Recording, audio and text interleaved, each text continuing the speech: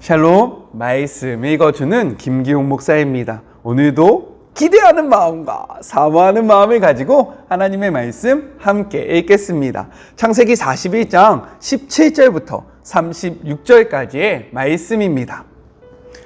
그러자 바로가 요셉에게 말했다. 꿈에 내가 나일강가에 서 있었다. 튼실해 보이는 암소 7마리가 강에서 올라와 습지에서 풀을 뜯고 있었다. 뒤이어 가죽만 남은 암소 7마리가 올라왔는데 그처럼 흉한 소는 일찍이 이집트에서 본 적이 없었다. 그런데 가죽만 남아 보기 흉한 암소 7마리가 먼저 올라온 튼실한 암소 7마리를 잡아먹었다. 그러나 그렇게 잡아먹고도 전과 같이 뼈와 가죽만 남아 보기 흉한 모습이었다. 다른 소를 잡아먹었다고는 짐작할 수 없을 정도였다. 그러고는 잠에서 깨어났다.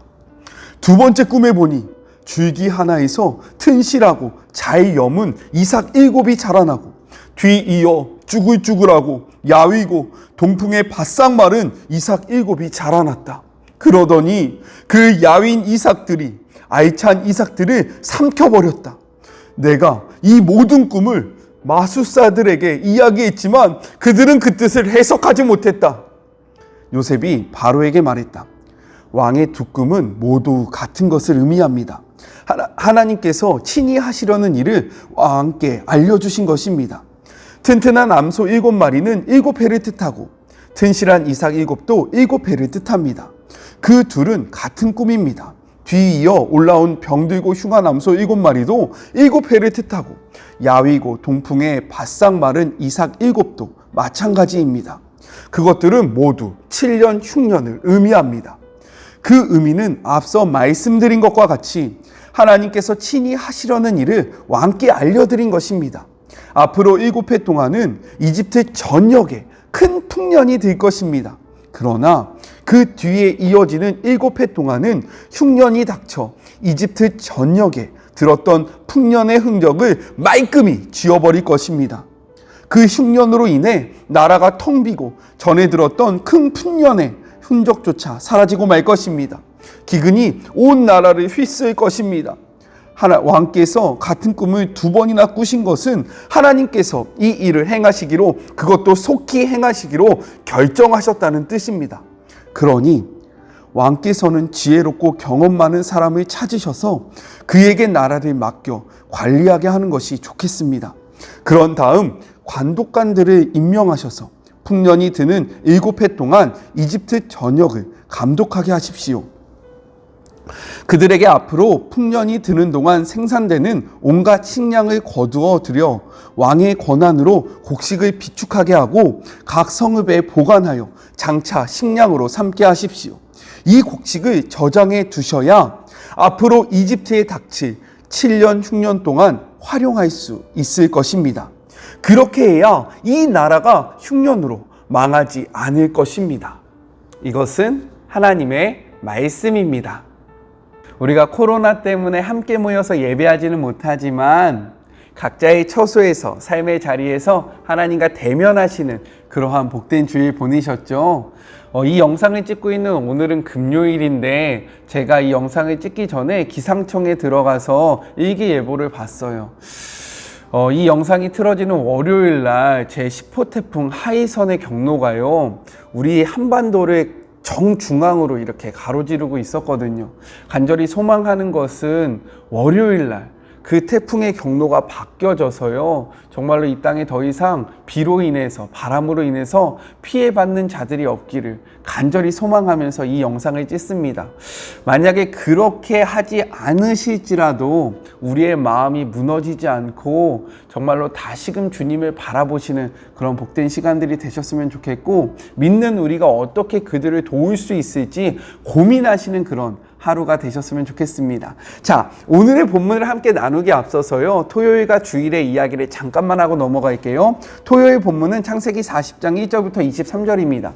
요셉이 갇혀 있었던 그 감옥에 두 관원이 들어와요. 술 맡은 관원과 떡을 굽는 관원이었습니다. 이 둘이 꿈을 꾸고요, 요셉이 그 꿈을 해석해 줍니다. 그리고 이들에게 부탁을 해요.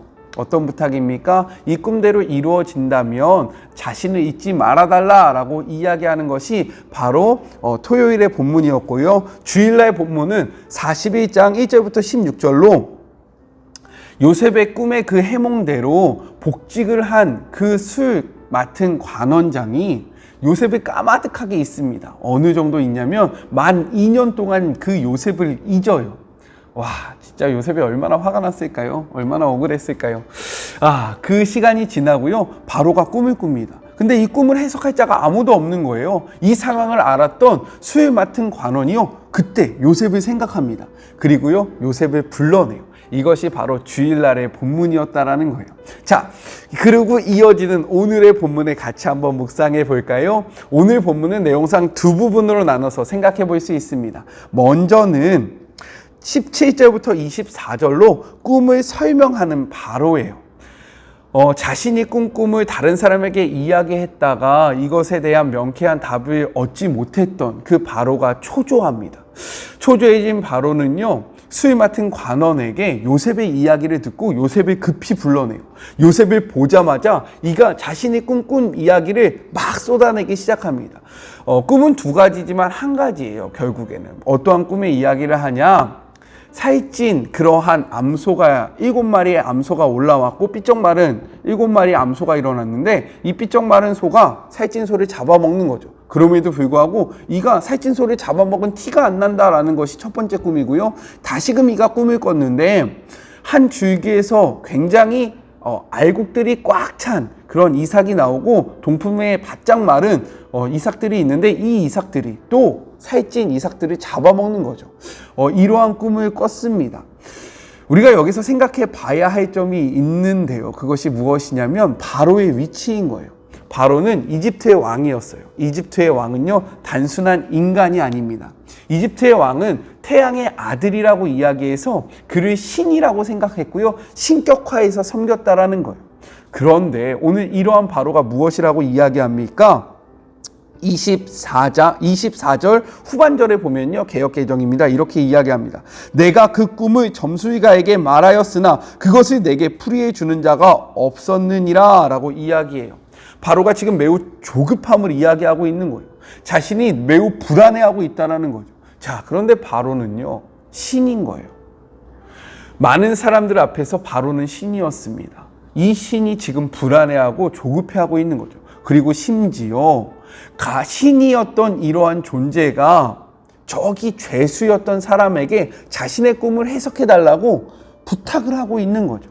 이를 통해서 드러내고 싶은 하나님의 메시지는 무엇일까요? 우리는요, 다 똑같은 인간이라는 거예요. 아무리 높아 있는 사람, 우리가 우러러보는 사람들도요, 다 똑같은 인간이라는 겁니다.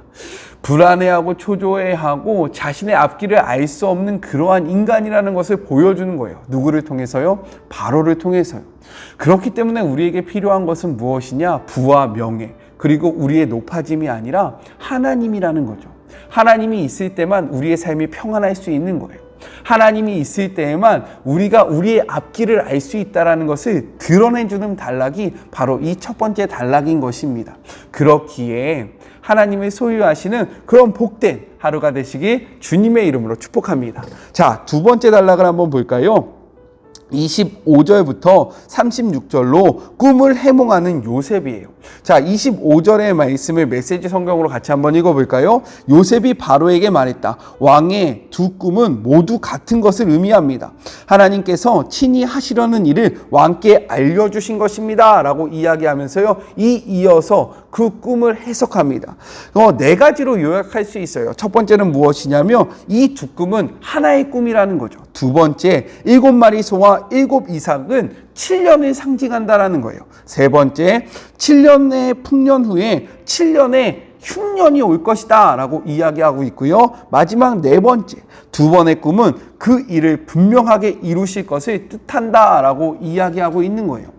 제가 말했죠. 성경에서 7은요, 완전수를 의미합니다. 그렇기 때문에 이 7은 완벽한 풍년을 이야기하는 거예요. 이전에도 볼 수 없었고 이후에도 볼 수 없는 완전한 풍년이 올 것이다 라고 이야기하고요. 또 7은요, 완전수이기 때문에 이전에도 볼 수 없었고 앞으로도 볼 수 없을 그 앞에 있었던 이 7년의 풍년을 완전하게 잊을 만큼 엄청난 흉년이 너희에게 올 것이다 라고 이야기하고 있는 거죠. 그런데 실제로요, 주전 2세기의 이집트의 문헌을 보면요, 주전 2600년경에 나일강의 수위가 낮아져서 이집트에 7년간의 큰 흉년이 있었으며, 그 당시 이집트 사람들은요 자신의 자녀를 잡아먹을 만큼 그 시기가 너무나도 어려웠다라는 기록이 있어요. 와우, 어메이징. 진짜 대단하지 않습니까? 하나님의 말씀을 믿으세요. 아셨죠? 자, 바로가 원했던 대답은 여기까지였어요. 왜요? 그가 꾼 꿈이 무엇인지를 말해주면 다 되는 거였습니다. 그런데 32절부터요 36절까지 요셉은요 바로가 원하지 않았던 이야기를 해요. 그것이 무엇입니까? 이 시기를 어떻게 보내야 하는지 그 대안을 이야기해주고 있다는 거예요. 그것은 세 가지로 요약할 수 있는데요. 첫 번째, 지혜롭고 경험 많은 사람을 찾아서 총관리자로 임명하라는 거예요. 자, 두 번째, 이집트 지역에서 지역 감독관들을 임명하라는 거고요. 세 번째, 배급 시스템을 구축하라는 것이에요. 자, 이것은 하나님께서 주신 지혜였습니다. 그러나 이것은 또한 그가 살아온 인생의 길을 통해서 축적된 경험, 그 경험이 무엇이에요? 보디발의 집에서 가정총무로 있었던 그 기간, 그리고 감옥에서 이가 그 사람들을 관리하면서 얻었던 그 삶의 노하우와 경험들이 그 하루하루가 축적되어서 지금 이 일들을 왕에게, 바로에게 담대하게 제안할 수 있었다는 거예요. 자, 우리가 성경의 기록을 보면요, 무엇이라고 기록되어 있었습니까? 보디발이요, 이 모든 사물을 누구에게 맡겼대요? 요셉에게 맡겼대요.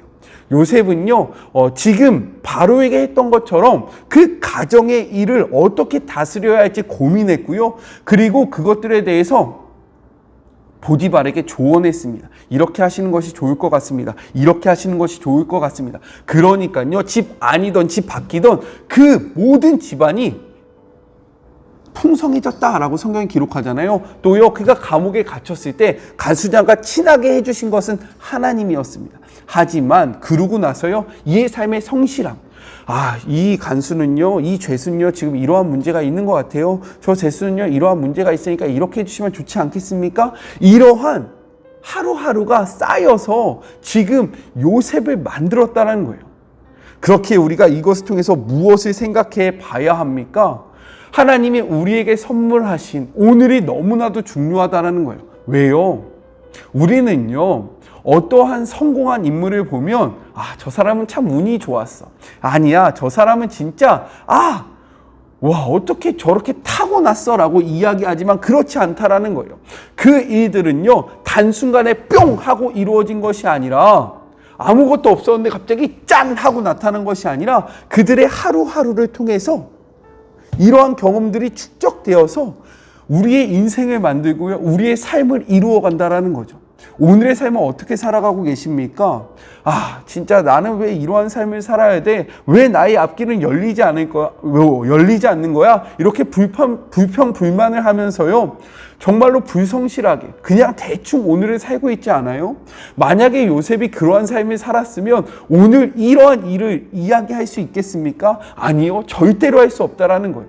그렇기 때문에 우리는 오늘의 삶을 최선을 다해서 살아가야 합니다. 그러할 때에 하나님의 카이로스, 하나님의 때에 하나님께서 주신 기회를 우리가 꽉 붙잡을 수 있다라는 거예요. 자, 말씀을 정리해 볼까요? 오늘의 말씀을 통해서 두 가지를 기억하셨으면 좋겠습니다. 첫 번째는 무엇이냐면, 우리가 아무리 잘나도, 우리가 아무리 못나도 우리는 하나님 앞에서 그냥 한낱 인간에 불과하다라는 거예요. 그렇기 때문에 우리는요, 교만할 필요도 없어요. 그렇기 때문에 우리는요, 자신을 비하할 필요도 없어요.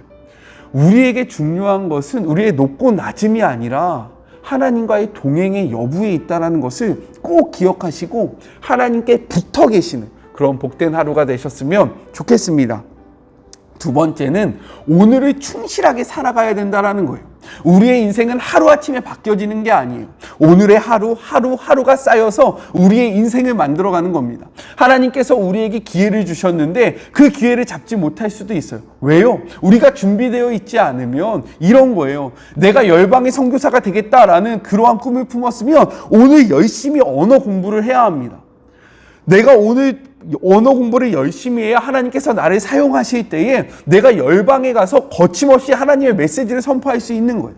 내가 정말로 어떠한 꿈을 꾸었다, 하나님이 주신 비전을 품었다, 그렇다면 오늘 하루를 최선을 다해서 살아가십시오.